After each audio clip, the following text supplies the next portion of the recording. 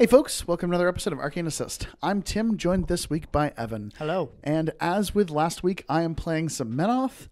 Evan is busting out his SKORNE. Cha-ching! Yeah, so we're showing off a little bit of the Exalted theme. This is Exalted with Makeda3, which is something we've kind of bandied about for a bit in our local community as being a particularly exciting list. Yeah, I'm excited about it. I think Makeda3 brings a lot to the faction right now. I think she's incredibly powerful with her personal threat and insight just as a spell. With this particular list, she's got a great battle group of just Molik, Karn, and Despoiler, and she's got her good friend Marketh here for things like Harmonious Exaltation. We've got 2 Ancestral Guardians and Hakaar, as well as a Swamp Gobber chef. Ancestral Guardians being integral to the list as they make the Immortals run faster. Hakaar also being very good with Veteran Leader. We have 3 units of 10 Immortals with Extoller Advocates, and we have some Beast Handlers. Typical Exalted lists, I feel like, are going to be having the Supreme Guardian. I'm not entirely convinced it's necessary with Makeda yet. I'm not sure she really needs the recursion. I kind of just want more bodies thus far. And, I mean, I could probably switch out Despoiler or some big parts of my battle group for something like a Supreme Guardian, but I really like Despoiler and Molik Karn as they're 2 very good get-work-done heavies with a lot of bodies to screen them. So you kind of end up with this list that has a lot of threat saturation and a lot of infantry. A lot of board presence, and then a lot of really kind of scary pieces that can trade up quite well. Yeah, I like the list. So I'm going to go over my list, although I'm going to do it quickly because I'm playing virtually the same High Reclaimer list that I played in our video last week. So this is High Reclaimer in Exemplar Interdiction. He has a Judicator. Severius 0 has a battle group of a single Dervish, which we saw last week can get a ton of work done. And then it's Incinerators, Bastions, Knights, and all of the applicable unit attachments, a Bastion Seneschal, and Gravus. Cool. And without further ado, let's jump right into it. So our scenario is Spread the Net, which I think is a really neat, very, very live scenario. Bit of a litmus test for can your list hang in a scenario environment. Terrain, we're playing with the Graveyard set, but obviously a little bit of a different setup this time around. We've got top left rubble, and then going down there's a wall in the bottom zone there. There's also a forest in the center zone, actually 2 forests in the center zone kind of juxtaposed across that side. Couple of buildings flanking either zone, and then the top zone has a wall in it, and in the very bottom corner below the flag there's some rubble. I lost the die roll. Evan elected to go first, so I decided on side. A couple of considerations for side here. One is that I can be completely outside the forest and in the zone on this side, which is not possible on the other side. And also, I felt like it would be a little bit easier to unpack my largely Pathfinder absent list on this side of the board. Sounds good. I'm just deploying across from important objectives and scenario pieces. I'm deploying where terrain won't be a huge problem for me. The top immortal unit's just going to go around, flank pretty hard. The bottom unit's just going to go straight through that square zone. And then the middle unit's just going to use his incorporeal to go through the forest and, not be sparing with the souls I start with. Molik Karn's going to get his own unit of Beast Handlers personally. Despoiler's just going to hang in the bottom zone without and just basically be providing me with a free upkeep all game. Marketh's going to stay close to Makeda, and Makeda's going to just go roaring up the middle. I'm still in the process of learning kind of the tips and tricks of the new command value 6 Squire. There's definitely a right and a wrong way to deploy them, and they really kind of tether where battle group pieces end up being, which is something I'm not totally used to. If anyone has a lot of experience playing choir members and kind of unpacking them well, I'd love, please supply your suggestions in comments. I'm definitely still learning it and would love some feedback on it. But that's kind of one of the decision points that I'm ending up with. And then once I kind of figure out how the kind of first couple turns of unpacking are going to occur, I'm deciding what unit I want basically facing off against which thing. At this point, I'm playing the Judicator mostly to get as much lane as he can, hoping to threaten the zone opposite Evan. My issue with putting him in the other side of the board is while he can score that rectangular zone, he has a heck of a time kind of unpacking from it and can really get kind of cordoned off. And I'm going to flank around the building with a unit of knights and flank around the building on the other side with another unit of knights. So that's basically my open here. This list is a little bit light on solos, so I feel like scoring the flag and spread the net can be a bit challenging for me sometimes. Problem Evan's list does not have. Correct. Incorporeal is a big help. My first turn's super simple. I'm going to run a lot of models. Makeda's going to cast Bulwark, and she's actually going to cast the Animus from Molik Karn of Fate Walker, to just walk as far forward as possible. 6, and then a repo 5. She gets 11 inches up the table and just is fairly safe behind that forest. Despoiler also going to scream up pretty fast, walk in front of that wall. Marketh going to hide behind it, and then we're just going to run Immortals in big blocks. Typically with a lot of heavy infantry skews like this, where I have a lot of pieces, a lot of things to be moving in the first 2 turns, clock's super important with lists like this, and I feel like it's often important to get your deployment and first turn well practiced to about 5 minutes on the clock. That way, later in the game, you're going to have a lot of time just to think about your decisions and, more critically, physically move all the pieces you have. You'll see here I probably get it done around with about 54 minutes on the clock, which is about the sweet spot, I think. 5-6 minutes is where you want to be done with a list like this. Yeah, on the that first includes turn. your deployment too. So like that's exactly. Yeah, that's great. Deployment first turn within 5 minutes with a list like this. You just want to get that routine in and make sure you can do that timing. And it might sound a little masturbatory, but you can practice just that by yourself on a table, like no opponent necessarily. Just, imagine you've got an army across the board from you and just figure out what unpacking your first turn and deploying is, and just try to get it faster and faster each time. So I am not there with this list in terms of level of experience, but I'm getting there. I allocate a couple of focus to the Judicator. Everything powers up. My choir members activate, and they just sort of pivot back so that they can apply battle to the Judicator. My goal this turn is I want to blow up Despoiler. Blow up is a bit metaphorical. What I intend to do is to put a ton of shots into Despoiler and try to either cripple him or just put so much damage into him that it forces Evan to pull him back really far and kind of not let him be relevant in the game. And I want to do so on the understanding that drifted blasts from the secondary blasts on those rockets might end up triggering vengeance on this unit of Immortals. So I'm looking at where I'm going to put my Judicator, and I'm thinking I'm out of 11 inches, so that, if they just charge with the Ancestral Guardian aura, they're not going to get to me, but I'm going to be within 14 inches. So my goal is to use a unit of Incinerators who are going to advance and defensive action so that they get the full 9-inch move to kind of create a bit of a block for my Judicator, just sort of screening it and protecting it. And then that unit of Incinerators is something for Evan's Immortals, inevitably with vengeance, to crash into, but not necessarily do a ton of damage. And if he doesn't finish the Incinerators, they can vengeance and unpack themselves. And if he does, the Judicator is protected from it and is not taking a bunch of Immortal charges this turn. So that's the rationale. I've got a bunch of bunch of Incinerators in shield wall, kind of screening the placement that my Judicator is going to end up. And they're immune to fire too, so next turn I can spray over them, which is pretty cool. So Judicator's already been battled. It's already had focus allocated to it. The next step is for High Reclaimer to just spend 2 to cast Hand of Fate on it. I kind of look at High Reclaimer's placement on the table for a couple of seconds, and having experienced some Makeda3 PTSD, I back him off a little bit. No need to worry about the kill box yet.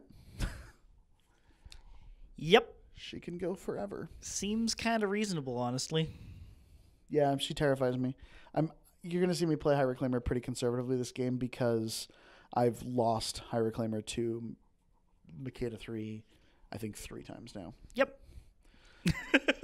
just killing everything in Evan's army and then having my caster die. Basically. Because Makeda she's SKORNE's Butcher 3 is what she is. Yeah. And scarier in a lot of ways. So Judicator shot. First one goes into Despoiler. Yep. You hit. It's only dice -1, so you're going to do a lot of damage. Now, I do have a shield guard in range, although I choose not to for the first hit. My plan is basically to wait and see how much damage you do on the first shot, and if it's significant, then I can shield guard the second one and not have much worries. But Awesomely. the secondary blast, however... It scatters off, not toward the Immortals, which is what I was anticipating, but toward Marketh and the shield guard.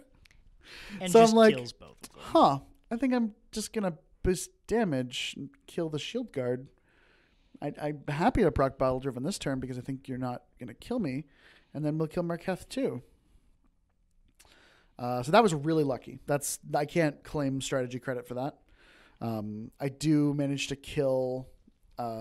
two kind of key pieces of support for Evan. One is one of Makeda's doll friends, and the other one is Marketh.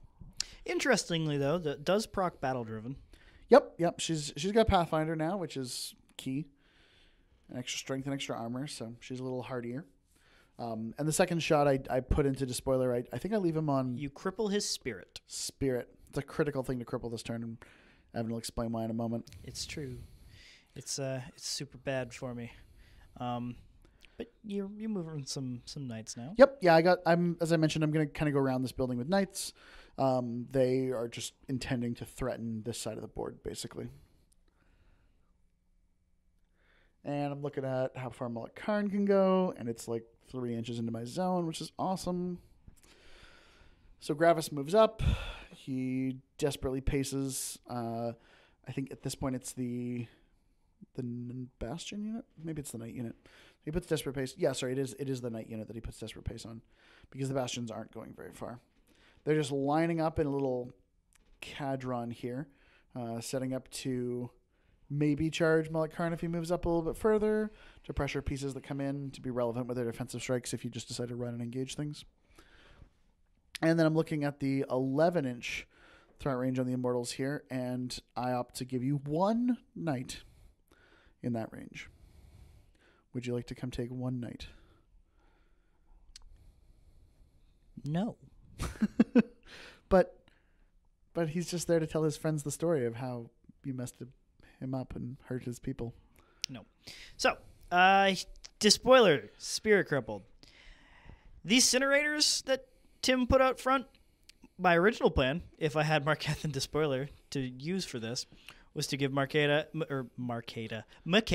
Harmonious Exaltation. Despoiler could run and engage 2 Incinerators, and Makeda could walk up, feet, get insight for free, throw an Eliminator on some Incinerators, maybe kill 2 and then walk into melee with them, which starts the never-ending chain of Makeda just walking into High Reclaimer this turn.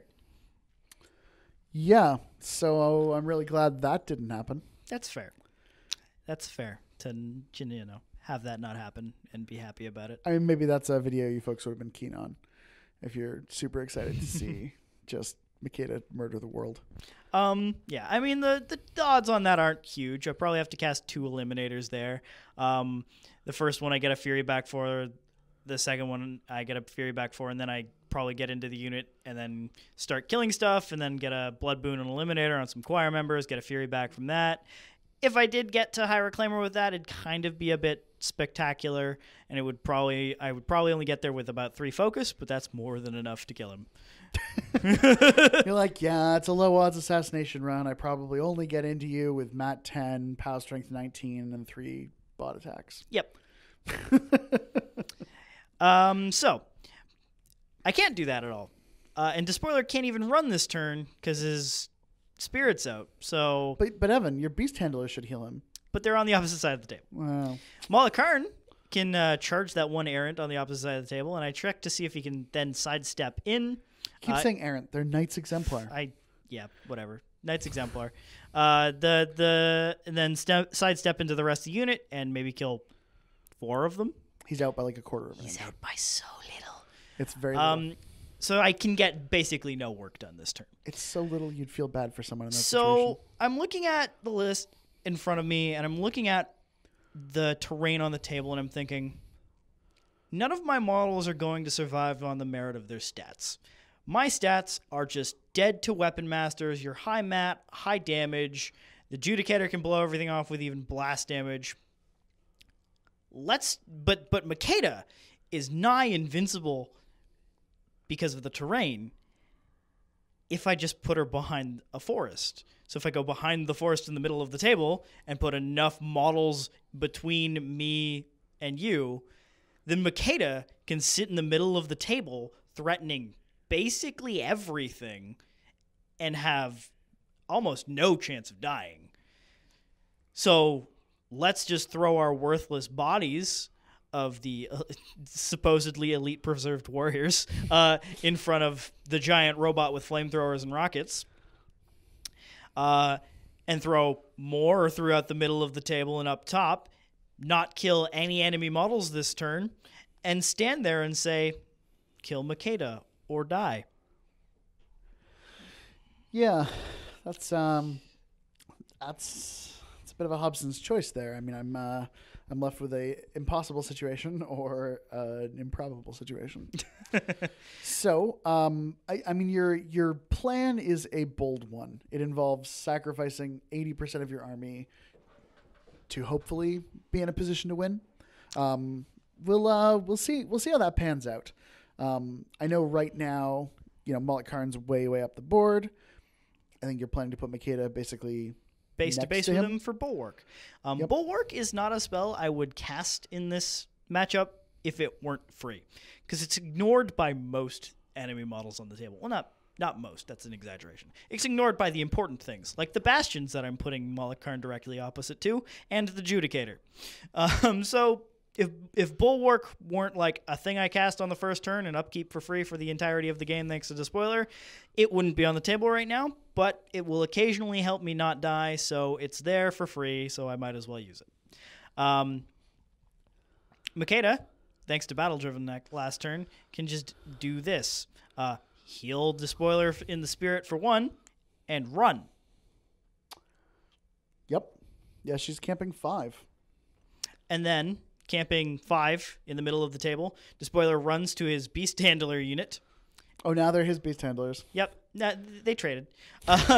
And get sealed by the entire unit for 43. Not a great number. It's only 6 points, but, that's going to happen again next turn. So he'll be more than healthy. I move Hakaar and an AG up. They're just in range to score the flag next turn once that Swamp Gobber inevitably dies. And yeah, we're ready to roll. So, higher claim allocates 2 to the Judicator, upkeeps Hand of Fate. Severius debates whether or not he wants to allocate any to the Dervish, but opts not to. Dervish powers up, Sevi's on 5, and we've got a turn ahead of ourselves. So I've got some good pieces in front of me. The Incinerators can, advance, kill some Immortals, deny Soul Collection because of their takedown rule. My Knights can flank pretty hard on that sort of relatively unaddressed side. Put some pressure up there. Judicator can spray through Incinerators and kill quite a few Immortals. I'm also looking at rocket drifts hitting, a ton of Immortals all at once. And I activate the Choir, they do battle, and then we move right into the Judicator's activation. And you're going to see in a second why that was a huge mistake. So you stand and aim. Yeah, I aim. You've got Grave Mist up on one of these units. Their defense 13. Yeah. With an aiming bonus, I go to Rat 8, so I need 5s on Signs of Importance shots, which is awesome. Bunch of spray shots kill things, and I'm thinking to myself, my rockets go to Rat 4. That means, I'm looking for basically 9s under, Hand of Fate plus the effects of Reliquary. 9s are actually quite likely. I might be able to direct hit a couple of Immortals, and even if I don't, I'll still do a ton of blast damage. So You spray 6 guys here. Yep. I'm just I'm going to trigger Vengeance on a bunch of different guys, and that's just going to be fun. Mm-hmm. So again, I'm just throwing these bodies out there because they're targets that aren't Makeda, filling up basically everything that can take souls with souls. And then you realize... Yeah, so this is a mistake. I obviously playing a bunch of different factions, it's easy to sort of conglomerate rules. But the rocket batteries do not have arcing fire, which is key because my Judicator cannot see any of those Immortals. Line of sight's pretty clearly blocked by a combination of a building and a whole bunch of incinerators who are in a nice big base-to-base shield wall line. That's pretty unambiguous. I don't really have any field of fire. There's nothing to the left that I could even shoot at and drift. Despoilers behind a forest. Molik Karn's behind a forest. So every large base in Evan's entire army is sufficiently screened that I can't see it. Yep. Which I did not think about. And it puts me on tilt pretty badly here for a minute. I throw completely, my mental state off. It's one of those moments where you realize the amount of work you have to get done with a model to sort of be relevant in a game and put yourself in a commanding position. And I've just taken the single most important activation in my entire turn and done half of what it needs to do. Pretty rough. Probably just as embarrassing to play against as it is to play with. Or at least certainly as awkward. After a few minutes of just kind of reasserting myself, I sort of just decide, I guess I have to move on. I mean, it's what happens. We've all been there in a high level game where you're playing and you're trying to be precise and you're trying to think carefully about something, and you just make a critical error, and that's exactly what I did here. I made a really important mistake, and I'm punished for it in terms of the models that I have to deal with. So moving on, next step. The Incinerators advance up in shield wall, and they take a couple of attacks on Immortals, which they do RFP using their takedown rule. The key to tilting, there's different philosophies to it. Obviously, ideally, don't let a critical mistake or a bad die roll or something that happens during the course of a game impact your emotional state. But once you know that it will, take a minute to respond to it emotionally and then move on. Like, find a way to get back into a position where you're not going to just let those mistakes compound on each other. So I switch gears. The Incinerators do their thing. The Knights all run into position to threaten most of this zone. The Officer's out of line of sight, so she's not going to get taken out. And then she's got kind of a tether member of that unit who's within 4 inches contesting the flag.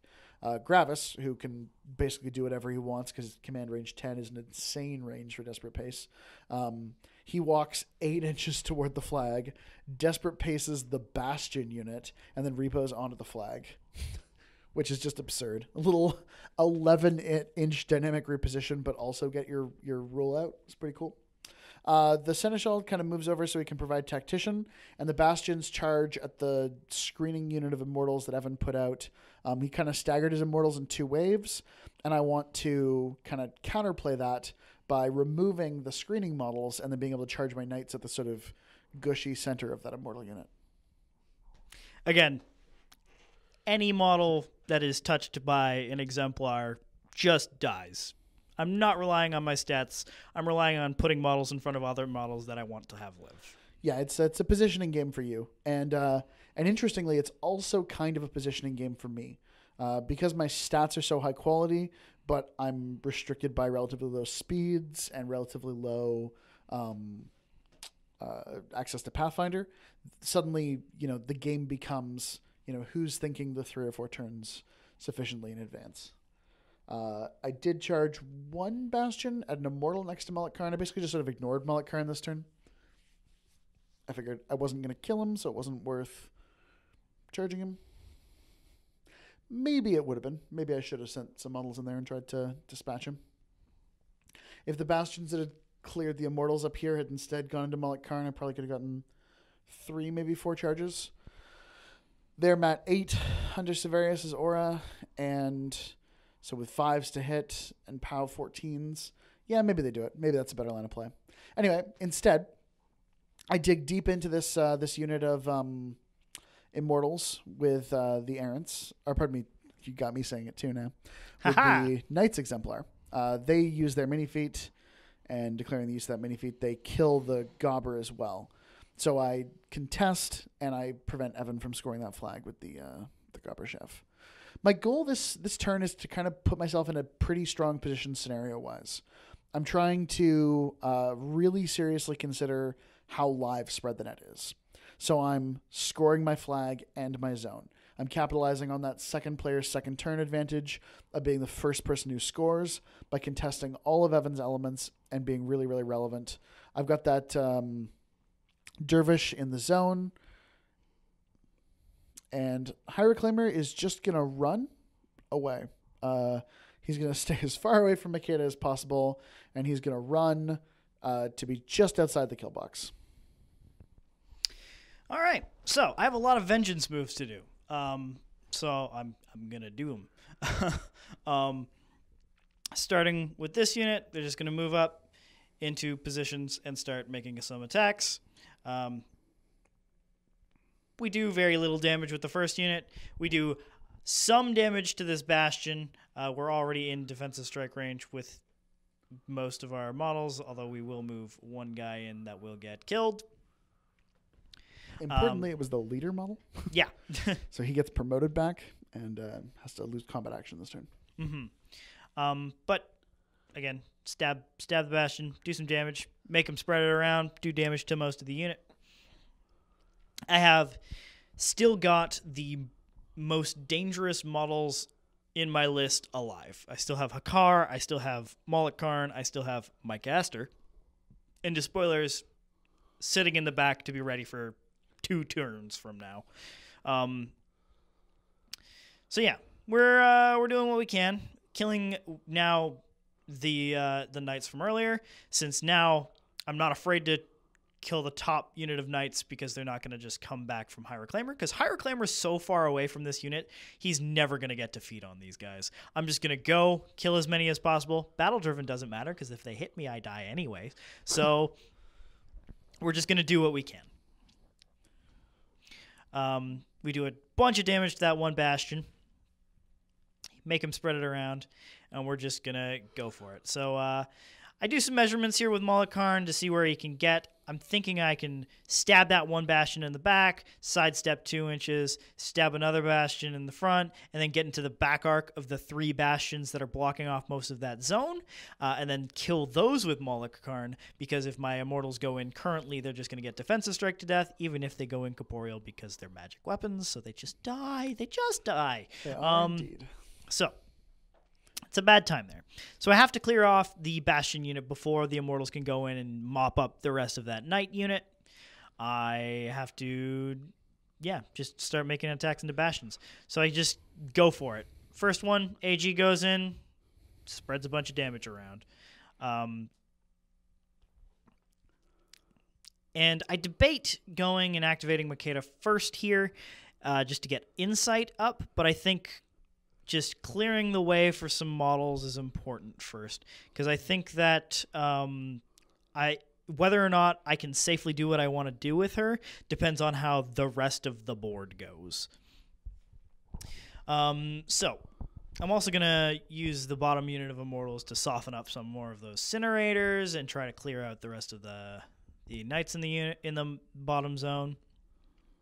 Going to use an AG to go and clear off some of those Knights from the bottom zone as well. And Makeda has some choices this turn. She can either go up, try to kill some Bastions, and then try to kill some Knights, and then go down through the choir and try to get into the back of the Incinerators. But Bastions make her job a lot harder, because with Sanguine Bond, they can cause some problems with Overtake and Blood Boon. Just basically prevent her from using either of those rules. But Incinerators are really high armor, and getting into their back arc would make her life a lot easier. I debate with Molik Karn going in and just killing Severius 0, sidestepping it off of him into the back arc of Incinerators and just killing them that way.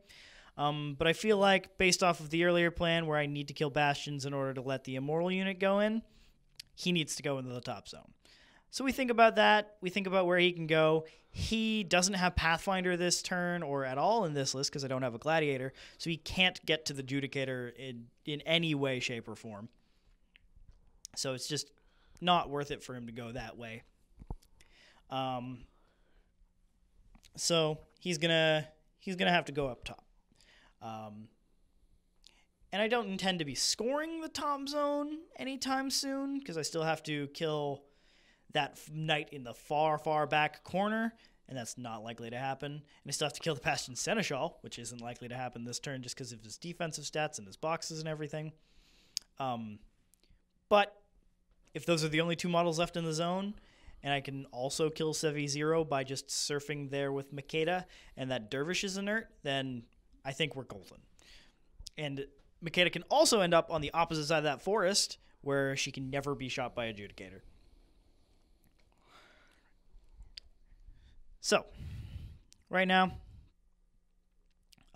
we were attacking with the AG in the bottom zone. Now Despoiler got healed a bunch, and Molik Karn got enraged by a Beast Handler. And we're seeing where Despoiler can run. He can't really apply Dark Shroud to any of these guys. So we're not going to do that. I think about it just so I can make Makeda's life easier, but I can only really apply Dark Shroud to 1 model. Not particularly useful. So we enrage Molik Karn, and we're just going to make him go into the back of these Bastions. All of these Bastions only have 1 box now. Molik Karn is a heavy that is way better than a lot of others at going into infantry models, because a lot of heavies can only charge in and then attack the models they're next to, but he gets to, off his first attack, typically kill the model and then take its spot with a sidestep. And off of that, he can just dig deeper and deeper after those 2 attacks and probably be in melee range of an entire unit and just kill all of them with the amount of attacks he has. Sidestep's the bond, right? Sidestep is the bond. Yep. So he doesn't have that ability with like Jalam in the previous video we recorded, but he does have it with Makeda. I mean, with Jalam, he had Warpath to do it, so... Yes, agreed. There's obviously some great synergy there. But I'm not saying he's bad with Jalam. I'm just saying that's a kind of unique to Makeda synergy.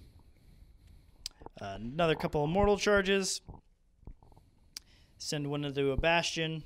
Send another... You actually kill a Incinerator here. Incinerator. Kill one, which is good because I make a bit of a landing spot for Makeda. And I charge 2 into a Bastion. 1 dies to a defensive strike. The other gets in and kills the Bastion, as it only has 1 box left. Molik Karn actually has plenty of room to go here because the unit attachment standing in front of him is incorporeal, so he can just go through it. Yep, it's pretty good. And he can charge this Bastion and not worry about set defense because he's in the back arc of the Bastion. Yeah, the angle at which those Bastions had to charge really punished them for it. I'm reflecting on this and thinking probably what should have happened is instead of doing that there, I should have just charged the Bastions at Molik Karn. Just get 3 or 4 Bastion charges in on him. Not unjam this zone nearly as well or dig as deep with the Knights, but just kill some pieces of the Knights and then pull back. Just play the kind of clear and wait game.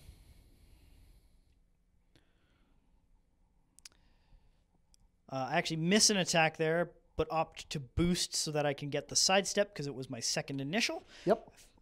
Thankfully, I do hit and do get to do what I want, which is kill an entire unit of Bastions. Again, wiping another unit clear of the table means that High Reclaimer can't bring any of those models back. So I'm feeling good. I feel like the top Knights Exemplar unit is just never in range of High Reclaimer ever again this game, at least by the time I kill them all. And now that that Bastion unit's gone, another unit I don't have to worry about. And hopefully, Makeda can go and kill the entire Incinerator unit this turn. Sounds ambitious. Actually is not. I mean, they're fairly tough for her to chew on. She has to take a couple of attacks on each. Thankfully, she gets resources back anytime she kills one. But the feat certainly helps. Yeah. You don't say.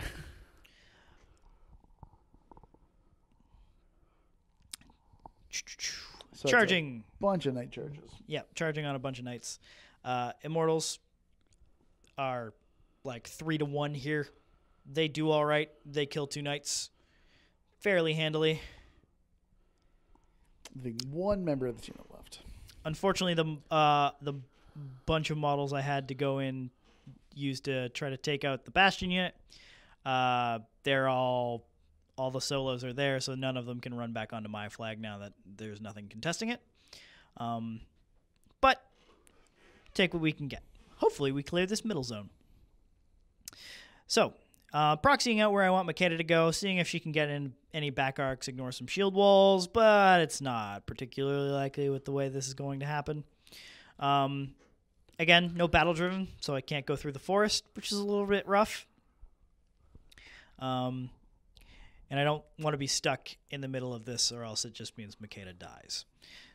Going in on incinerators, I will have insight up, so I go from mat 8 to mat 10. And I will go from power strength 15 to 17. Battle driven would have made me 19, but we can't have everything. We still have a unit of Immortals, as it turns out. We're going to charge with those. Yeah, these guys vengeanced already, but now they're making their actual attacks. Mm-hmm. Make some charge attacks. I think I do a point or two to the incinerator, maybe even kill it. You end up re-rolling the charge attack damage roll. Yeah.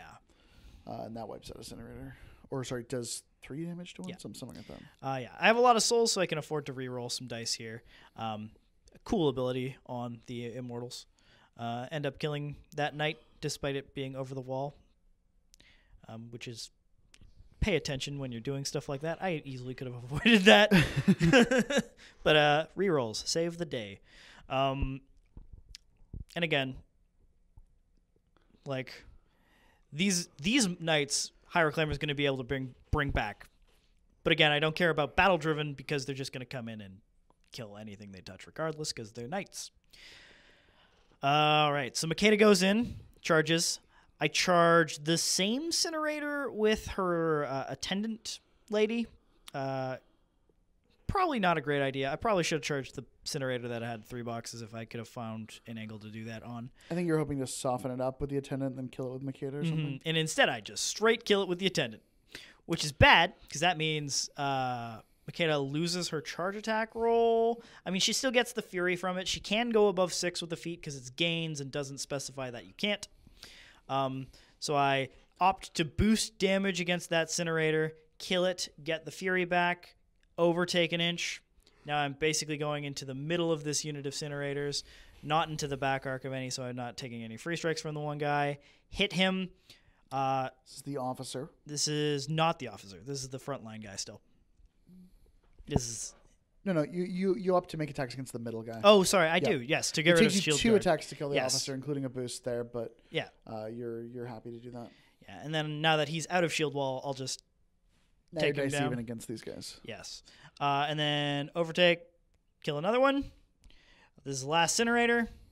And this is one I will overtake off of and then Blood Boon.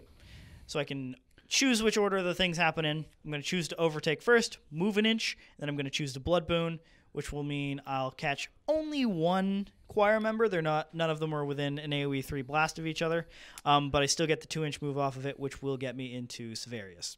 Slightly complicated notion here. I know effects to generate an attack usually always have to happen last, and it feels like Eliminator's an attack. Because Blood Boon doesn't specify the type of spell that you can cast, you can still Blood Boon, then overtake, or overtake, then Blood Boon. Yeah. So I stab Severius. I get a fury back, so I'm on 4 fury. Go down to 3 to attack Severius. Kill him in 1 attack. Get the fury back. Go back to 4 at this point after mulching an entire unit of incinerators and killing Severius and a choir member. We're just going ham. Still going through choir members. Kill 1. Get a fury back. I think I actually missed an attack on dub 1s there, so I'm only on 3 fury now. I debate chucking an eliminator at the last choir member and going into the Bastion Seneschal. However, I am about 1/4 of an inch out of the melee range if I eliminate her 2 inches towards the Bastion Seneschal. I really wanted you to do that because then I get a defensive strike, which maybe doesn't do very much damage. But then when you kill that Bastion Seneschal, I think I can see you after you overtake, and I can charge you with the Judicator. Probably true. But instead, you do the worst possible thing for me. I cast Fate Walker around the forest back into the zone, which I am now scoring because there are no enemy models in it. Immortal because of line of sight. Immortal because of line of sight. There's no way the Judicator can try to see me. Despoiler runs back into the open, to score my bottom zone and in control range of Makeda. And I passed the clock, scoring 2. Yeah, so I did not expect to see that center zone, which is, it's my bad for sure. I definitely didn't think particularly hard about the amount of work that Makeda herself would do. Obviously, that's a huge feat turn for her. It means High Reclaimer's not nearly as much danger as he was before, but it's still sort of scary. I'm still playing scared a little bit with him, and maybe more than I should be. So we'll cross that bridge in a second. I mean, you played scared on the turn that you should have, which is my feat turn. I feel like if you don't play scared, you just die on that turn because I just decided to go a different way, right? Yep. So, like, now you have the opportunity to not play scared. Like, now's the time you can do that. So I debate a couple of things with Judicator here. What I'd really like to do is get an aiming bonus, clear off a couple models from that zone, clear a couple more models from the middle, and use my aiming bonus plus rocket shots to finish Despoiler. Having said that, I think I have to go into the center zone with the Judicator. I'm looking at what models can possibly contest that space in a kind of real way, and it's Gravus coming off the flag, which is not ideal, or it's a choir member who I just pulled back to put battle up. I could feed here and bring back a couple more choir members, or I could have feeded back choir members to contest that zone and then just kept the Judicator back, but I feel like that's a bit of a losing proposition. So I charge a couple of knights into both the Ancestral Guardian and the member of the Immortal unit here. Dub ones miss a defensive strike. Yeah. Turns out all of the defensive striking models are dead. No, there's still one on the table. After that AG dies, there's still one on the table. Fair. But yeah. So we get a little cleave overtake action, which is actually just a little bit of overtake action. And these knights are now in the zone contesting here. So my goal this turn is to contest meaningfully every scenario piece and score 2. We'll see if that's possible. I may end up only scoring 1. So I'm looking at different vectors where I can spray and get the Despoiler with a spray. Get a couple in here. The Judicator's output is still obviously quite high, but it goes down pretty considerably once Severius was taken off the table. And maybe I played him a little bit too aggressively too. Like, that's probably a thing worth talking about. But I'm certainly not out of it at this point. I mean, Judicators are still like double signs importance. So I hit both the models that I want to hit without needing to boost anything with that first spray. Second spray gets to shoot another Immortal and the Despoiler. I'm probably going to boost damage here on the Despoiler. Yep. Which I opt to do. Boost damage and do a bunch more to the Despoiler. At this point, you've healed back to 22 boxes. 22 boxes. I think I did like 8 or 10 there. And then I shoot a rocket at Despoiler, and that one I did not boost but hit with, and just rolled terrible for damage. Then I shoot another rocket at you. That's the secondary blast. Scatters, hits nothing meaningful. And the second rocket, I'm like, do I boost to hit to secure the hit?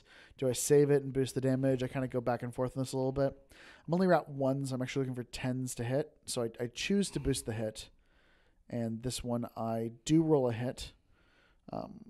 Power goes down to 16. So now it's down 3. And again, I don't roll super well. Yep. I live on 4 boxes. Yeah, 2 kind of below average rolls on the Despoiler, especially with the double hand of fate effect. Really kind of just didn't do what I was looking for there. That's okay. High Reclaimer runs to a position where he can walk into the top zone here and start scoring it when hopefully Despoiler is gone next turn. Yeah, Despoiler being alive on 4 boxes here is a bit of a problem for me. I mean, he's on fire, but that probably doesn't kill him. Like, I think I need to roll a 10 or something on fire. more than that, an 11. Yeah, not going to solve the problem for me. So I go a little bit on tilt there as well. And I just charged the Bastion Seneschal at Makeda, which is 100% the wrong call. She's battle driven now. Yeah, that was just a mistake. What I should have done instead was walk into Molik Karn, make an attack there, and take the knight at the bottom portion of that unit and just run him away. Instead, I leave him there, forgetting to activate him, which means he's just going to die. Yeah. So this is actually kind of important. So Molik Karn had 1 Fury left on him at the end of the turn, or beginning of the turn, after leeching. So he frenzies, kills an Immortal. But Despoiler is going to get healed by the Beast Handlers to be fully functional, enraged as well. My AG is going to run onto the flag and also within 5 inches of the Immortals to make them faster. Not that they really need it this turn, but they'll... It spent a soul just to make sure it got that distance. They charged that night. I think 6 of them managed to kill it. Yeah, definitely. My thought there was I should have just run that knight like 10 inches straight toward the Judicator, like on that vector. Yep.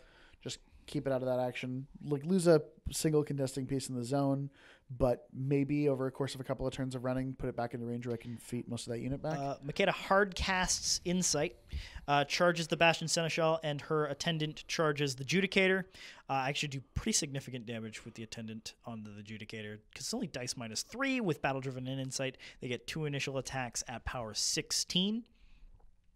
And then Makeda, no problems, just annihilates the Bastion Seneschal. It's dice +3. She overtakes and faces the Judicator. I think I just I Blood Boon Fate Walker and just walk away again. Tobo zones. Not that I need to because Molik Karn's in the top zone, but it's there. And now we see what Despoiler does. If you think Despoiler is a support beast, you're wrong. He is the hardest hitting beast in the faction. He is effectively power strength 21 here with Enrage and Insight and Dark Shroud. So he's dice +2 on the tail attacks with the possibility of being a critical hit weapon master, and dice even on both of his claws. He charged for free, and he's just going to annihilate this Colossal and have a Fury to spare at the end of it. Yep. And he rolls below average. And I roll way below average here. I didn't crit once. I spent 3 Fury and that Judicator's dead. Even if my attendant hadn't gone in, I could have bought 1 attack and killed it. On average dice, just dead. Yep. Bunch of my solos run towards Tim's side of the table. I run some models to contest his flag. I don't bother contesting the zone on my side, but I do score the circle zone, the top right square zone, and my flag, so I score 3 this turn. Yeah, that's a huge problem. At this point, Evan has a pretty commanding scenario lead, which is definitely an issue for me. Gravus is full on souls, but he's got some sort of dudes in the way of a nice clean charge on Despoiler. High Reclaimer's in a position to score the top flag, but I'm still staring down a lot of business models on Evan's side of the board. And that Dervish would be really nice to not be inert right now. Even if it was just autonomous and Severius had sort of run to stay alive, I could ignore it in that zone and have it be a relevant contesting piece. Unfortunately, it's 7 points of dead model in the list right now. It's a terrain piece. Yeah. Badly played on my part, I think. Quick recap. High Reclaimer cast Hand of Fate on Gravus, and he walked into the zone. Unit of Battle-Driven Knights, unit of Knights, not Battle-Driven this turn. They get some Cleave Overtake attacks and kill a couple of Beast Handlers, and they put some attacks into Hakaar and leave him alive on 2 boxes. And the Choir are going to charge. You can tell we're at that point in the game. So 3 Choir members charge this Immortal, and 1 of them gets into the zone to contest. And they actually kill an Immortal, which is bizarre. Pretty impressive. Yep.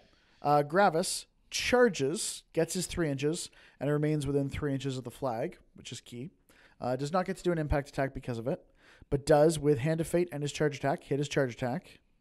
And dropping lowest, he does a truckload of damage and kills the Despoiler. No need to spend any souls. Despoiler only had 6 boxes at this point, so he died. Yeah, it would have been... If that Judicator could have just done a little bit more, I think it would be a very different game right now. So you flip it over to me. I score my flag.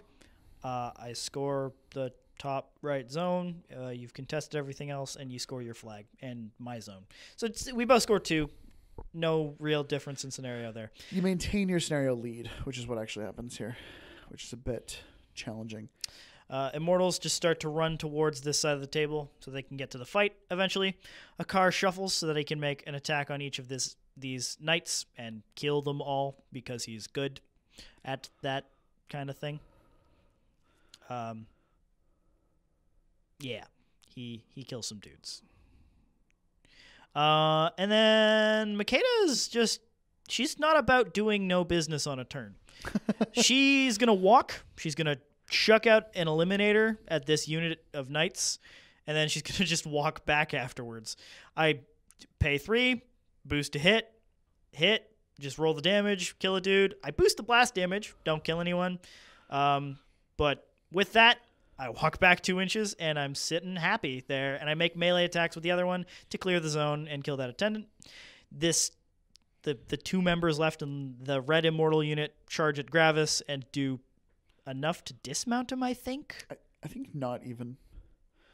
I think you just kind of flub the damage roll, leave him alive. Ooh, that was 7 damage. That was pretty good. Beast handlers, one of them charges. The other one just runs to be behind this wall so he can contest next turn. Missed the charge attack. Molik Karn goes to both zones. Still want to score that top zone, so I need him there. And then I score 1, 2, 3 again. Tim scores nothing this turn. Yes, this is a problem. Evan now has a 4-point lead, which is an issue for me. And I don't think I can get to that top flag, and I don't think I can do anything else. So I'm just kind of looking at the board here, being like, do I have even the remotest of assassination outs? Not really. Where are my options?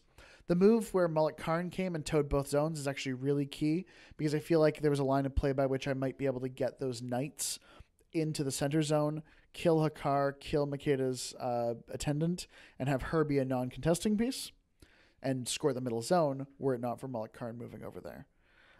There's a theoretical version of this where I really push Evan back a little bit, get him so far back that he can't contest the rectangle, and score the rectangle, score the middle, score the flag while you score 2, and kind of put you in a spot where I don't lose yet.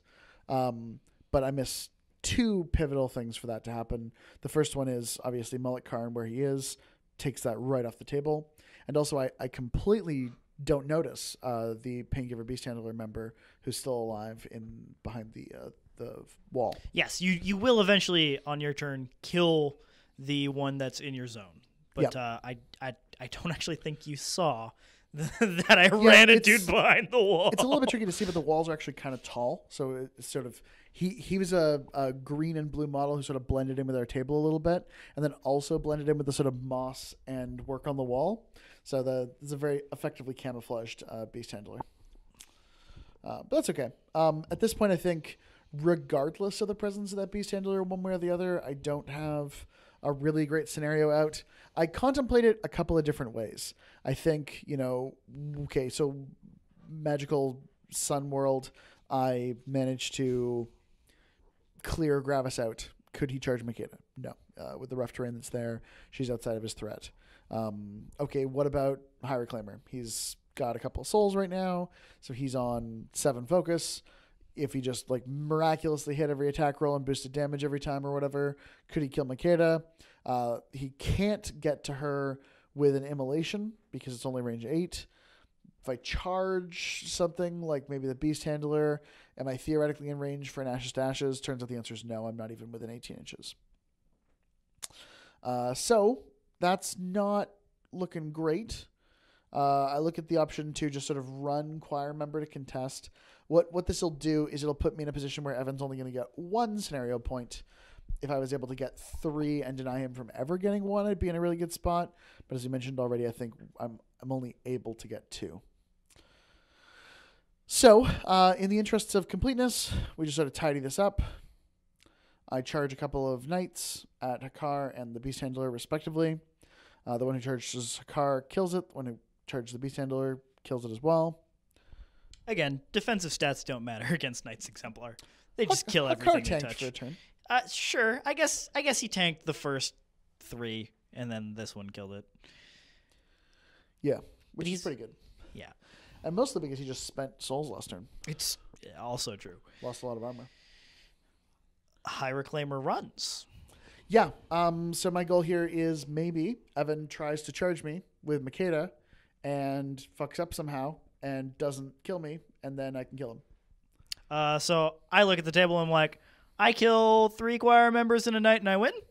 And I run the Beast Handler in the zone. Tim now realizes that there was a Beast Handler there. Yeah, I mean, that's... I remember to take Fury off of my Beast and do that. And I put High Reclaimer's focus not 10 inches away from him. Yeah, it was also behind the building there, and you're like, "Are you camping nothing?" I'm like, "No, I've got 6." And you're like, "Where is it?" And I'm like, "It's the same place your Paingiver Beast Handler was." Just hiding behind a terrain feature. This unit of Immortals goes in Corporeal and charges every choir member because they don't need to be anywhere specific right now because they're not my scoring pieces. Yeah, their job is to kill the choir members contesting the zone. Yep. Which they do pretty readily. Yep. So now, top zones scored by Molik Karn, top flags scored by the Ancestral. Center zone just got that AG. Got 1. Or that, not AG, that's my models. Knight Exemplar. And then I run charge Gravus with the lady to contest. Mm-hmm. I kill the knight. I don't actually think you needed to charge the lady to contest here. But you one way or the other, you needed the 1 last point of differential, and you got 2, so you're fine. I did need it. Did you? Okay. Yep. At the end, like, I'll kill High Reclaimer. I mean, I'll roll dice at High Reclaimer and see how it goes because it's literally irrelevant. But I need, I think, 6s to hit because I don't have insight. And through your camp, I do not good. I think I get you to 8 boxes. Yeah, you had a couple of misses in there, which was relevant. Not ideal.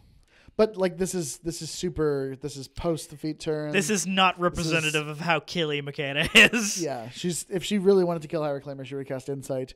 But what she wanted to do was to be like, well, winning the game anyway, maybe I'll also kill your caster. Nope. Okay. GG. Yeah.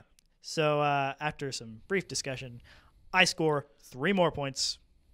You score 0 points. Yeah, I'm like at this point we put we erase all the tallies. ticks. Yep, there it is. And there you go. You can 13 see 13 to 8. That's the end of the game. I think that was in response to a Paingiver Beast Handler comment. Something like that. Yeah. Really really intense, really grindy game. Oh, Evan's proving a point about how the camera reverses the numbers. Oh, yeah. Which is totally impossible for our viewers to see because it won't reverse them in the final product. Yeah. So well, thank God it won't do that. Thank you for not mirroring video. God, that would be dumb. Anyways, that's us for this week. Thank you very much for watching. It was a good game. Really intense, really grindy. I'm obviously, learning some elements of MENOTH in a kind of compelling way. They very, very much are a faction of fundamentals. And if you're not sure where you want to be in the game right now, I would strongly recommend playing MENOTH if what you want to do is just brush up on getting good at fundamentals. Having said that, Makeda3 is a nightmare. She is a genuine terror. And to all of those folks out there who are thinking, maybe I should try Makeda3 on my pairing, don't. She's not very good. Something like Wormwood?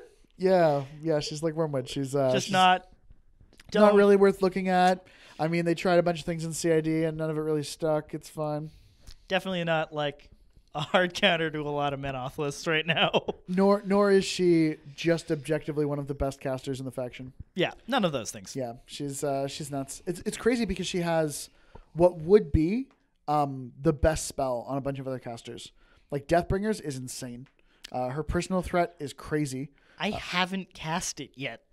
But it fundamentally changes a whole bunch of matchups. It does. It does. It's true. Like if you were to play Harbinger. If you just played into like an Ostrom list, which had a whole bunch of jacks and a big brick kind of thing, and you just like took out key systems on everything, and then they couldn't be healed by their objective or anything like that. So you just like denied relevancy to most of the list, and so we're like, no, you can't heal anything. Yeah, that's pretty sweet. Yeah, a lot of troll stuff too. Yep, it's pretty good into models that want to tough.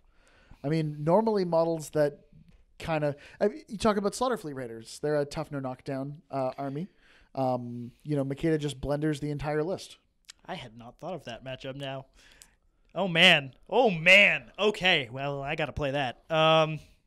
Cool. She seems good into Crix and Menoth and Circle and Trolls and Khador and Mercenaries and Minions. I don't know about Khador. Where's she bad there? Jaws of the Wolf. No, that's fine. All right, well, fair enough. She's good into good Khador lists, and she's probably fine into bad Khador lists. Anyways, thank you very much for watching, guys. If you're watching on Patreon, thank you very much for your support. If not, no worries. Thank you for watching us on YouTube as well. Maybe if you get that next promotion, consider us on Patreon. Other than that, guys, we'll see you next Monday.